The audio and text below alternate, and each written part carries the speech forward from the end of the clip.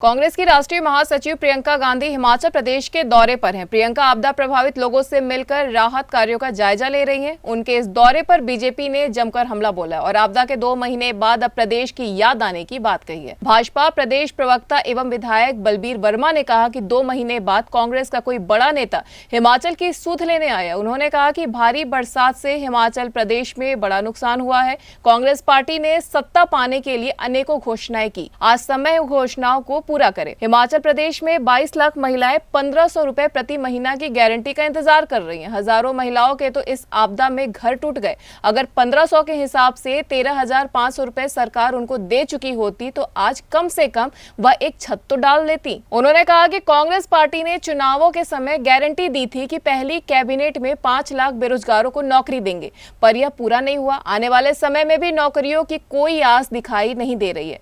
उन्होंने कहा कि पूर्व मुख्यमंत्री जयराम ठाकुर ने कोरोना जैसी महामारी का सामना किया और उस समय प्रदेश की सारी आमदनी रुक गई थी, तब भी भाजपा सरकार ने रोना नहीं रोया। आज से पहले हमेशा नुकसान के समय केंद्र सरकार द्वारा केवल 7% राशि प्रदान की गई और वह भी दिसंबर महीने मिलती थी, पर वर्तमान केंद्र सरकार ने तो प्रदेश को एडवांस में राशि प्रदान कर दी है और वह भी 1000 करोड़ से ज्यादा। बलबीर वर्मा ने कहा कि प्रियंका गांधी वॉशिंगटन एप्पल पर इंपोर्ट ड्यूटी घटाने की बात कह रही हैं, लेकिन प्रदेश में बागवानों को अंग्रेजों के समय से लेकर आज तक इस तरह से दंडित नहीं किया गया जिस तरह से इस सरकार में किया जा रहा है। News desk, anyone live. आज 2.5 महीने के बाद वो मंडी और कुल्लू के दौरे पर आए हैं, पर हिमाचल प्रदेश की मातृशक्ति महिलाएं उस दिन को याद कर रही है जिस दिन उन्होंने सोलन में अपने स्पीच में कहा था कि 15 दिन के अंदर महिलाओं के खाते में 1500 रुपया आएगा, और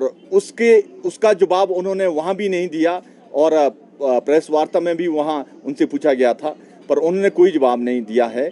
और मेरी उनसे यही विनती है कि जो इलेक्शन टाइम है झूठी गारंटियों देकर आपने प्रदेश में सरकार बनाई है और प्रदेश की जनता आपकी झूठी गारंटियाँ मानकर आपको सत्ता में लाए हैं, और हमारी सरकार भारतीय जनता पार्टी की सरकार आदरणीय श्री जयराम ठाकुर जी प्रदेश में बहुत अच्छे कार्य कर रहे थे और उनके कार्य को लोगों ने इसलिए नज़रअंदाज किया कि उन्होंने 10 झूठी गारंटियां देकर हिमाचल प्रदेश की भोली भाली जनता को और स्पेशली मातृशक्ति को, हमारी माँ बहनों को ठगा है। मेरी आपसे विनती है कि ऐसी घड़ी में हिमाचल प्रदेश में ऐसा कोई परिवार नहीं है, ऐसी कोई मातृशक्ति नहीं है जिनका इस आपदा में नुकसान नहीं हुआ है।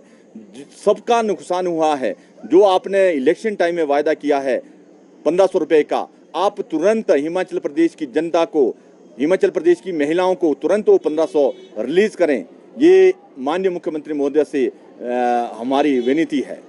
एक बात आपको मैं बताना चाहता हूँ, हिमाचल प्रदेश में नहीं दुनिया में कोरोना आया था, जयराम ठाकुर जी ने ये तो नहीं बोला किसी को तनख्वाह नहीं मिलेगी, ये तो नहीं बोला किसी को पेंशन नहीं मिलेगी, वेलफेयर पेंशन भी दी, तनख्वाह भी दी, राशन भी दिया, दवाई भी दी, इलाज भी कराए, एक भी सड़क बंद नहीं होनी दी। बरसातें तो उस टाइम भी आई है। ये प्रदेश के उस टाइम ना जीएसटी मिल रहा था, उस टाइम ना वैट मिल रहा था, ना उस टाइम एक्साइज मिल रहा था, तीनों टैक्स के कोई भी रेवेन्यू जनरेट नहीं हो रहा था।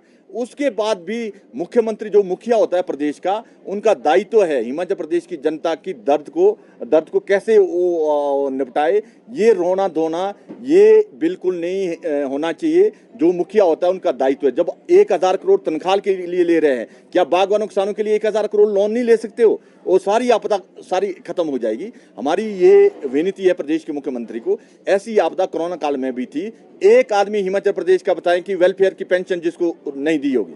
और जयराम ठाकुर जी ने आते ही सरकार में 80 से 70 साल कर दी थी, जिसमें 3 लाख आदमी को पेंशन एक्स्ट्रा पड़ी थी, पर एक आदमी ऐसा बताए जिसको पेंशन नहीं मिली। हर हिमाचल प्रदेश में इस बार ज्यादा नुकसान हुआ है, पर हर बार ही नुकसान होता था, पर कोई भी सड़कें ऐसे टाइम में भी उन्होंने बंद नहीं होने दी। उस टाइम भी बागवान सेव होते थे, उस टाइम भी सेव हुए हैं, कोई भी सड़कें बंद नहीं होने दी। जयराम ठाकुर जी ने दिन रात मेहनत करके प्रदेश की जनता को कोई तकलीफ नहीं होने दी। ये प्रदेश के मुखिया का दायित्व है कि ऐसे टाइम में कोई बहानाबाजी ना लगाए।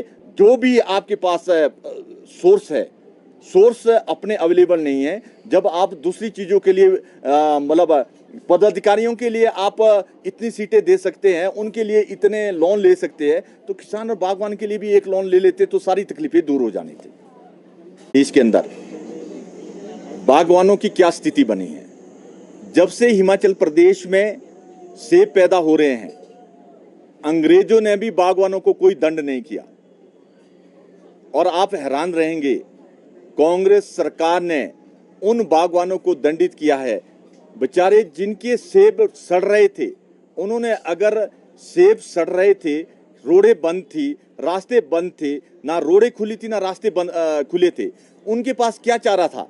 अगर उन्होंने अपने सेब कहीं डाले हैं तो ये कानूनी कौन सा अपराध है। अभी तक सब्जियां भी सड़ती है, सेब भी सड़ते हैं, फल सब बहुत सारे सड़ते हैं। सभी लोग बागवान किसान उनको कहीं नाले में ही डालते हैं। कोई ऐसा तो नहीं है कि उस शहर में शहर के लिए लाने थे। आप सब इसका बारीकी से आंकलन करना। आज तक में सबसे बढ़िया रेट हिमाचल प्रदेश के सेब के आज तक इतने बढ़िया रेट कभी नहीं मिले जितने बढ़िया रेट आज की डेट में भी हिमाचल प्रदेश के बागवानों को मिल रहे हैं। पर उन बागवानों को मिल रहे हैं जो रोड के नजदीक है। जो बागवान रोड से बहुत दूर है, जिनको बहुत सारी तकलीफें उठानी पड़ रही है, उनके 6-7 दिन में मार्केट में सेब नहीं पहुंच रहा है। उनके ये बात ठीक है कि उनको उसका नुकसान हो रहा है।